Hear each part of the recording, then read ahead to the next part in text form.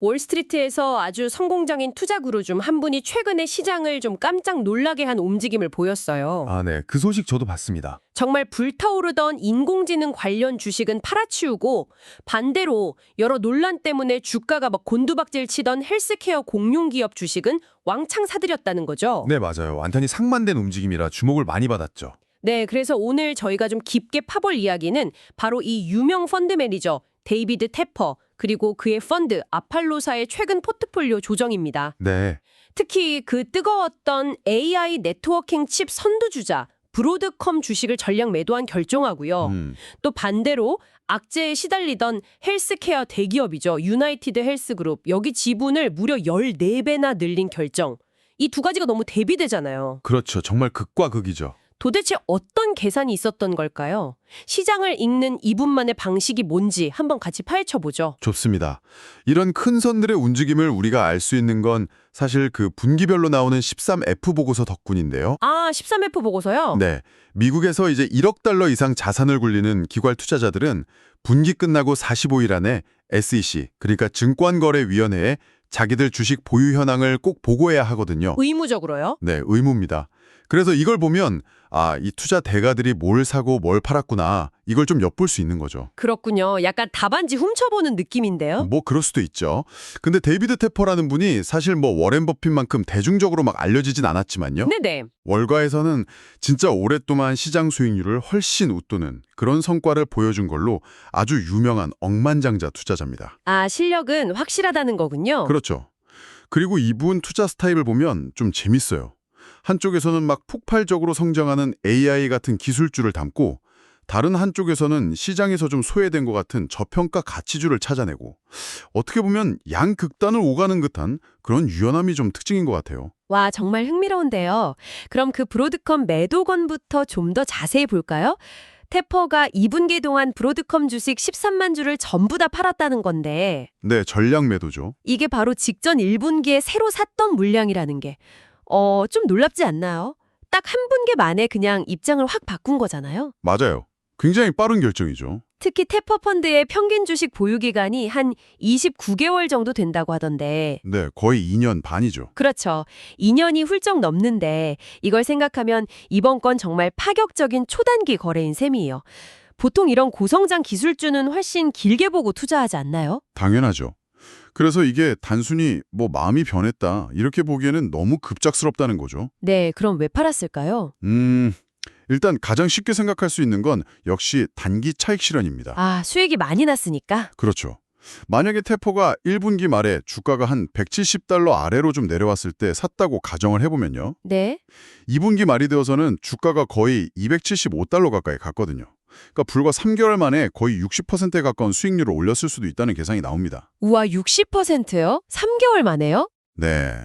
시가총액이 1조 달러나 되는 이런 큰 기업 주식으로 단기간에 이 정도 수익이면 이건 뭐 정말 대단한 거죠. 그러니까 일단 이익을 챙겨보자 이런 판단이 있었을 수 있어요. 와, 60%? 정말 엄청난 수익이긴 하네요. 근데 단순히 수익 실현만으로는 좀 설명이 부족한 느낌도 있어요. 왜냐하면 평균 보유 기간이 29개월인데 이렇게 빨리 팔아버린 다른 이유도 있지 않았을까요? 예를 들면 가격이 너무 빨리 오른 거 아니냐 이런 부담감? 바로 그 점. 그게 핵심일 수 있습니다. 주가가 워낙 단기간에 폭등하다 보니까 기업 가치 평가, 그러니까 밸류에이션에 대한 부담이 갑자기 확 커졌을 가능성이 높다는 거죠. 밸류에이션 부담이요? 네, 1분기 말만 해도 브로드컴의 주가 수익 비율, PE라고 하죠. 이게 한 18배 정도였어요. 네. 근데 불과 몇 달 사이에 이게 35배까지 치솟은 거예요. 35배요? 잠깐만요. 그럼 그 의미는 투자자들이 몇 달 전보다 이 회사가 똑같이 1달러 벌 때 거의 2배나 비싼 가격을 쳐주기 시작했다는 거잖아요. 그렇죠. 거의 2배죠. 과거 평균보다 훨씬 높은 수준이라고 하셨는데 이렇게 가파르게 평가가 달라지면 아무리 성장성이 좋아도 좀 부담스럽겠네요. 페퍼같이 경험 많은 투자자라면 여기서 약간 경고등을 봤을 수도 있겠네요. 정확합니다.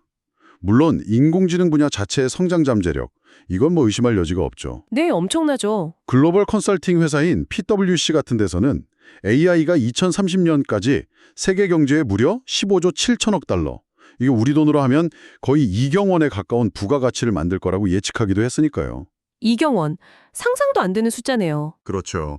그리고 브로드컴이 만드는 그 네트워킹 칩이라는 게 데이터 센터에서 수많은 AI 연산용 GPU들을 아주 빠르게 연결해주면서 지연 시간 줄이고 성능을 확 끌어올리는 데 꼭 필요한 역할을 하거든요. 아하, AI 시대의 핵심 부품 같은 거군요. 네, 그렇죠. 인프라 공급자인 셈이죠. 그런데요? 하지만 동시에 지난 한 30년 넘게 기술 발전 역사를 쭉 보면요. 시대를 바꿀 게임 체인저다 이렇게 각광받았던 거의 모든 기술 트렌드는 예외 없이 엄청난 기대를 모으다가 결국에는 거품이 터지는 과정을 겪었어요. 아, 인터넷 버블, 닷컴 버블 같은 거 말씀이시죠? 네, 대표적이죠. 투자자들이 종종 그 신기술이 가져올 실제적인 효용이나 시장에 퍼지는 속도 이런 걸 좀 과대평가하는 경향이 있거든요. 그러다 보니까 기대만큼 성장이 안 나오면 실망 매물이 막 쏟아지면서 주가가 확 빠지는 패턴이 계속 반복되어 왔죠. 그래서 테퍼와 그의 팀이 현재 AI 분야에서도 좀 비슷한 과열 신호, 그러니까 버블이 형성될 가능성을 미리 감지하고 선제적으로 좀 위험 관리에 나선 거 아니냐, 이런 해석도 충분히 가능합니다. 단순히 단기 수익을 넘어서는 어떤 시장 사이클에 대한 판단이 작용했을 수 있다는 거죠. 아, 그렇군요. 그러니까 브로드컴 매도는 단기적인 성에 그냥 만족하기보다는 더 큰 그림에서 혹시 올 수도 있는 위험을 미리 좀 대비하는 그런 움직임일 수 있다. 이런 해석이네요. 와, 정말 흥미로운 관점입니다. 네. 그런데 이렇게 뜨겁던 AI 주식에서 발을 뺀 테퍼가 완전 정반대 방향으로 움직였다는 게 또 놀라운 점인데요. 맞아요. 그가 눈을 돌린 곳이 바로 최근에 온갖 악재에 시달리면서 주가가 폭락했던 헬스케어 공룡 유나이티드 헬스그룹 UNH라는 거죠. 네, UNH. 보유 주식수를 기존에 17만 5천 주 가지고 있었는데 이걸 245만 주로 늘렸다면서요. 잠깐만 계산해보면 이게 무려 14배, 1300%나 늘린 거네요. 와, 이건 진짜 대담하다 못해 약간 무모해 보이기까지 하는데요. 네, 정말 극적인 전환이죠. 이 결정을 좀 이해하려면 유나이티드 헬스가 처한 상황을 좀 더 자세히 볼 필요가 있어요. 네, 어땠는데요? 이 회사가 2025년 들어서 정말 힘든 시기를 보냈거든요. 미국 대표 주가 지수인 S&P 500이 한 11% 오르는 동안에요. 유나이티드 헬스 주가는 10월 10일 기준으로 무려 30%나 폭락했습니다. 30%요? 와. 심지어 연초 대비로는 한때 50% 이상 떨어져서 반토막이 나기도 했었어요. 반토막까지요. 도대체 무슨 일이 있었길래요? 주가 급락의 원인이 된 문제들을 요약하면 크게 한 3가지 정도 됩니다. 첫째는 미국 노년층 대상 건강보험 상품인 메디케어 어드밴티지 사업에서 예상보다 훨씬 높은 의료 비용 지출이 나왔고 가입자들의 서비스 이용률도 막 늘어나면서 수익성이 확 나빠졌어요. 아, 돈 나갈 일이 많아졌군요. 그렇죠. 둘째는 미국 법무부가 이 회사의 메디케어 비용 청구 관행이 혹시 문제가 없었는지 대규모 조사를 벌이고 있다는 소식도 큰 부담이었고요. 법무부 조사까지? 네. 마지막으로 회사 경영진 스스로가 2025년도 예상 수익치를 대폭 낮춰 잡으면서 투자자들의 불안감을 더 키웠습니다. 뭐랄까 악재가 그냥 겹겹이 쌓인 그런 상황이었죠. 와, 듣기만 해도 정말 상황이 심각한데요. 메디케어 비용은 늘고 법무부 조사는 받고 실적 전망은 내려가고 이런 진짜 최악의 상황에서 14배나 투자를 늘린다. 페퍼는 대체 여기서 뭘 본 걸까요? 단순히 주가가 많이 떨어졌다. 이 이유만으로 이렇게 큰 돈을 넣지는 않았을 것 같은데요. 뭔가 반전의 실마리라도 잡은 걸까요? 테퍼가 주목했을 만한 포인트들이 몇 가지 있습니다. 우선 유나이티드 헬스 경영진이 이 문제 해결을 위해서 그냥 팔짱만 끼고 있는 건 아니라는 점이에요. 아, 뭔가 움직임이 있었군요. 네. 최근에 미국 내 16개 지역 시장에서 내년부터 수익성이 좀 낮은 메디케어 어드밴티지 플랜 판매를 중단하겠다. 이렇게 공식 발표를 했어요. 오, 이게 바로 그 논란의 중심에 있는 보험 부문의 비용 부담이나 높은 이용률 문제를 좀 완화하는 데 실질적으로 도움이 될 수 있는 조치거든요. 문제의 핵심을 정면으로 다루기 시작했다. 이런 신호로 볼 수 있죠. 아, 그러니까 문제가 되는 사업 부문을 좀 과감하게 정리하면서 체질 개선에 나섰다. 이런 거군요. 그건 좀 긍정적인 신호로 볼 수 있겠네요. 근데 이미 늘어난 비용 부담은 어떻게 하죠? 그걸 만회할 방법이 있을까요? 여기서 이제 보험사들이 가진 아주 강력한 무기 중 하나가 바로 가격 결정력입니다. 가격 결정력이요? 보험료를 올린다는 건가요? 그렇죠. 일반적으로 보험사들은 자기들이 지급해야 할 보험금, 즉 비용이 늘어나면 이걸 반영해서 다음에 보험료를 올릴 상당한 명분과 능력을 가지고 있어요. 유나이티드 헬스도 마찬가지입니다. 올해 예상보다 돈을 많이 썼기 때문에 내년도 보험료를 올릴 타당한 이유를 확보한 셈이죠. 물론 뭐 정치적, 사회적 압력도 있겠지만 어느 정도 비용 증가분을 보험료에 좀 넘길 수 있는 힘이 있다는 겁니다.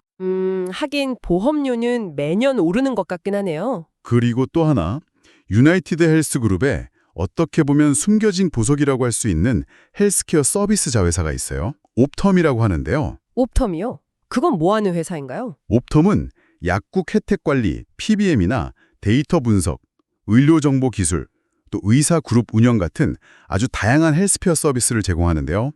그룹 내에서 가장 빠르게 성장하고 있고 수익성도 가장 높은 핵심 사업 부분입니다. 아, 보험 말하고 다른 걸로 돈을 잘 버는군요. 네, 맞아요.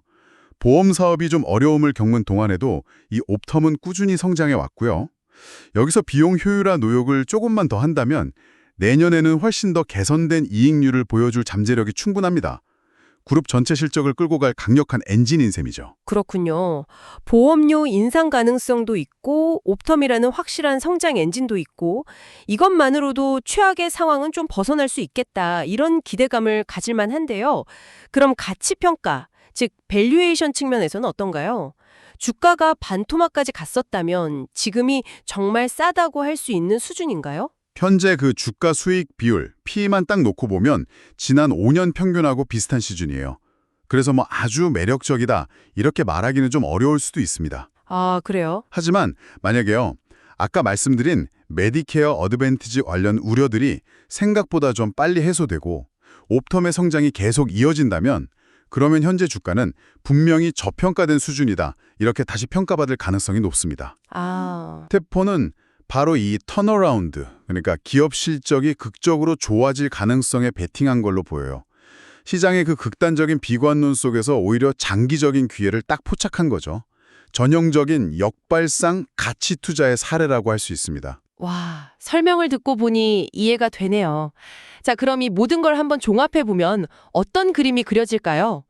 테퍼의 최근 행보는 정말 흥미로운 이중주 같아요. 그렇죠. 한편으로는 하늘 높은 줄 모르고 치솟던 AI 주식, 브로드컴에서는 재빨리 발을 빼면서 이게 잠재적 거품에 대한 경계심을 드러낸 건지 아니면 그냥 엄청난 단기 수익을 확정 지은 건지는 모르겠지만요. 네. 다른 한편으로는 모두가 외면하던 위기의 헬스케어 거인 유나이티드 헬스에는 아주 과감하게 투자를 늘리면서 시장에 공포와는 반대로 가는 그런 역발상 투자의 진수를 보여줬습니다. 성장과 가치, 또 위험 관리와 기회 포착 사이에서 아주 절묘하게 줄타기를 하는 모습인데요. 여기서 우리가 또 하나 놓치지 말아야 할 점은요. 테퍼가 브로드컴을 팔았다고 해서 AI 섹터 전체에 등을 돌린 건 아니라는 사실입니다. 아, 그래요? 네. 그는 여전히 엔비디아나 대만 TSMC 같은 다른 핵심 AI 관련 주들은 포트폴리오에 계속 남겨두고 있거든요. 아, 그럼 브로드컴만 콕 집어서 판 거군요. 그렇죠. 따라서 이번 브로드컴 매도는 AI 분야 전체에 대한 비관론이라기보다는 특정 종목, 즉 브로드컴의 단기 급등에 따른 그 밸류에이션 부담이나 아니면 다른 개별적인 위험 요인을 고려한 어떤 전략적인 판단의 가능성이 더 높아 보입니다. 그렇군요. 동시에 그 유나이티드 헬스 투자는 시장의 단기적인 소음에 막 휘둘리기보다는 기업의 본질적인 경쟁력 그리고 장기적인 회복 가능성에 주목하는 그의 투자 철학을 다시 한번 아주 명확하게 보여주는 거죠. 위기 상황에서 오히려 좋은 기업을 싸게 살 기회를 찾는 그런 면모가 드러난 겁니다. 네. 이 두 가지 상반된 움직임을 한번 연결해서 생각해 보면요.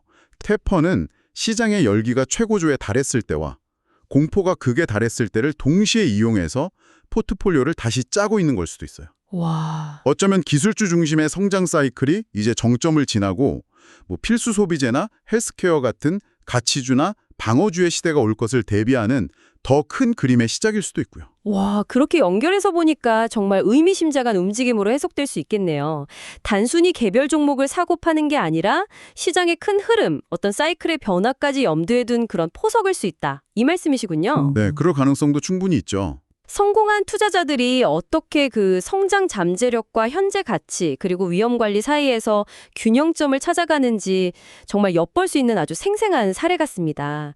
단순히 AI는 무조건 좋아, 헬스케어는 요즘 나빠 이런 이분법적인 시각에서 벗어나서 왜 그런 판단을 내렸는지 그 배경과 맥락을 좀 깊이 있게 파악하는 게 중요하겠구나 이걸 다시 한번 깨닫게 되네요. 맞습니다. 여러분께서도 시장의 다양한 뉴스나 정보를 접하실 때 그냥 표면적인 현상만 쫓아가기보다는 그 이면에 숨겨진 의미 그리고 또 각기 다른 전략적인 판단들이 어떻게 공존하고 또 충돌하는지를 좀 입체적으로 분석해 보시면 훨씬 더 깊이 있는 통찰을 얻으실 수 있을 겁니다. 네. 테포의 사례는 그런 점에서 우리에게 참 많은 생각거리를 던져주는 것 같아요. 오늘 데이비드 테퍼의 이 극적인 포트폴리오 변화를 통해서 인공지능과 헬스케어라는 두 거대 섹터를 둘러싼 현재의 고민과 기회를 함께 탐색해 보았습니다. 브로드컴 전략 매도는 폭발적인 성장 이면의 밸류에이션 부담과 잠재적 위험에 대한 선제적 대응, 혹은 아주 영리한 이익 실현으로 볼 수 있겠고요. 네.